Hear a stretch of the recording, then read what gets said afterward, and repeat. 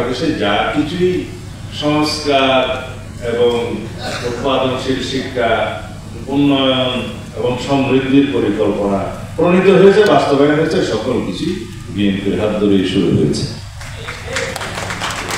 বিএনপির স্থায়ী কমিটির সদস্য সালাউদ্দিন আহমেদ বলেছেন, আপনারা যখন এত বেশি আত্মবিশ্বাসী যে সরকারি দল হবেন, তাহলে নির্বাচনে আসেন না কেন? আজকে এই বাহানা, কালকে ওই বাহানা, পরশু আরেক বাহানা দিয়ে নির্বাচনকে বাধাগ্রস্ত করতে চাচ্ছেন কেন?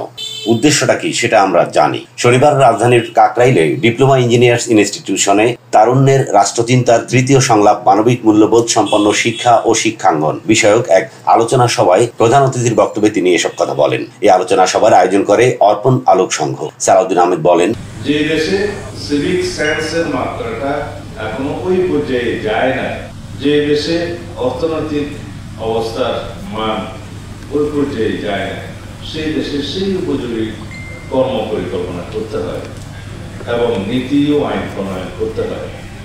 জবরদস্তি কোনো আইন প্রণয়ন করে মানুষকে সেই লেভেলে উন্নীত করা যায় না, জাতিকে সেই লেভেলে উন্নীত করা যায় না। সেই জন্যে আমরা বলি যে আমরা কোনো বিষয়ে স্বপ্ন দেখব, পরিকল্পনা করব, আইন প্রণয়ন করব, বাস্তবায়ন করব, সেটা ওভারনাইট হয় না, সেটা পর্যায়ক্রমে হতে হয়। সেভাবে আগামী দিনের কর্ম পরিকল্পনা হিসাবে আমরা সাজিয়েছি, সাজাবো।